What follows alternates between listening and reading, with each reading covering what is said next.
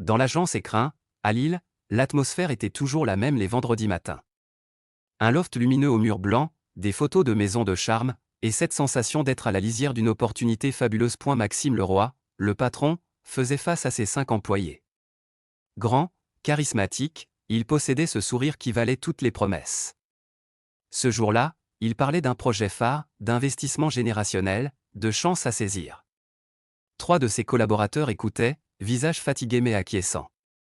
Ils connaissaient la musique. Parmi eux, Léa, la nouvelle recrue, buvait ses paroles. Elle avait été embauchée pour son dynamisme, et l'avenir semblait s'ouvrir devant elle. Maxime conclut, comme à son habitude, en offrant à ceux qui croyaient en l'avenir une place en or dans la nouvelle résidence, Léo de la Deule. Un partenariat, disait-il, bien plus qu'un achat. Mais dans le silence qui suivit, Léa se souvint des yeux cernés de Pierre, son collègue, qui lui avait confié quelques jours plus tôt croulé sous 2 crédits liés à des projets passés du patron. Un vertige la saisit. L'enthousiasme se heurta à une prudence viscérale. Elle refusa poliment, prétextant son arrivée récente et son souhait de se concentrer d'abord sur ses ventes. Le sourire de Maxime se figea à peine. Il lui demanda d'y réfléchir, avec une bienveillance qui sonnait soudain un peu forcée. C'était le premier accroc, infime, dans le discours parfait. Le premier rebondissement survint le lendemain. Maxime convoqua Léa, non pour la persuader, mais pour lui confier un dossier sensible, une vieille maison énergivore, une passoire thermique, tenue par une cliente difficile. Son baptême du feu. Léa plongea dans les diagnostics avec sérieux. Et c'est en creusant qu'elle découvrit l'horizon législatif, le diagnostic de performance énergétique, le DPE, allait se durcir drastiquement dans 6 mois. Ce bien, comme des centaines d'autres, deviendrait une épave immobilière, invendable. Convaincue d'apporter une information cruciale, elle courut prévenir Maxime. Il fallait baisser le prix, vite, ou retirer le bien. Le patron l'écouta, impassible. Il connaissait déjà la nouvelle. Et sa réponse glaça la jeune femme, c'est précisément pour ça qu'il faut la vendre au plus vite. Et à son prix actuel. Trouve le bon pigeon. C'est ça, le métier. Le grand commerçant se révélait être un pompier pyromane. La confiance de Léa venait de se fissurer. Le deuxième rebondissement naquit de cette méfiance nouvelle. Léa commença à regarder l'histoire autrement. Les agences précédentes de Maxime, à Bordeaux puis à Strasbourg, ouvertes avec fanfare et fermées en douce au bout de 2 ans. Que étaient devenus les employés de l'époque? Un soir, Pierre, après un verre de trop, craqua. À Bordeaux, il avait investi ses économies. À Strasbourg, il avait souscrit un crédit pour apporter son « échelon », comme disait Maxime. L'échelon de la confiance. À chaque fermeture, le patron invoquait un marché pourri, une nouvelle terre à conquérir. Et les fidèles le suivaient, liés à lui par des prêts dont il était le garant, en apparence. Léa comprenait désormais le système. Maxime ne vendait pas seulement des biens, il vendait de la dette à ses propres troupes pour les attacher à son char. Elle refusa plus fermement que jamais d'investir dans son projet. En retour, le patron changea de tactique, isolement, dossiers ingrats, remarques cinglantes en réunion sur son manque de vision. La pression devint étouffante.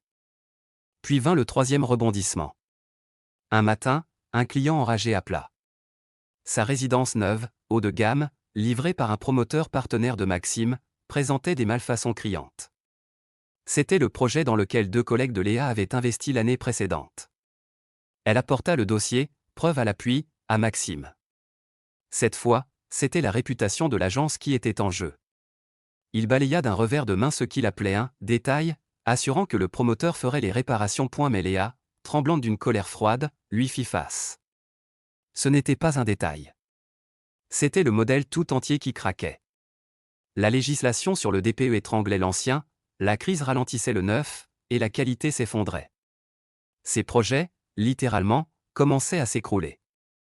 Le 4e et dernier rebondissement fut le plus terrifiant, car il révéla la vérité nue. Face à l'accusation, Maxime afficha un sourire étrange, presque las. Il reprocha à Léa sa vue étroite. L'immobilier était un cycle, expliqua-t-il. On plantait des graines. Certaines germaient, d'autres non. Il fallait savoir partir avant l'hiver. L'agence Écrin a fait son temps, déclara-t-il calmement. Le marché ici est épuisé. Sous le choc, Léa vit enfin clair. Maxime n'était pas un raté. C'était un nomade. Il ne fuyait pas ses échecs, il épuisait méthodiquement la confiance d'un marché et de ses employés, puis il pliait bagages. Les projets qu'il proposait à son staff n'étaient pas des investissements, mais des ancres. Des ancres pour retenir quelques capitaux et quelques loyalistes le temps d'une opération. La crise et le DPE n'avaient fait qu'accélérer la chute, révélant au grand jour la fragilité de ces édifices de papier-point. D'ailleurs, ajouta-t-il, le regard déjà ailleurs, j'ai repéré une opportunité formidable sur la côte. Une région en plein renouveau. Je compte y ouvrir une nouvelle structure. Plus moderne. Tu devrais y réfléchir, Léa. Une page blanche. Elle le regarda, ce grand commerçant au sourire intact, déjà tourné vers le prochain horizon à conquérir et à épuiser. Elle refusa, bien sûr.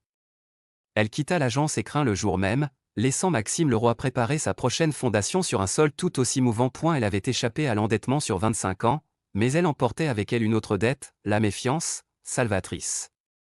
Quant aux autres, Pierre et les fidèles, ils restaient, les yeux rivés sur des murs qui, peut-être, ne leur appartenaient déjà plus. L'histoire ne se terminait pas.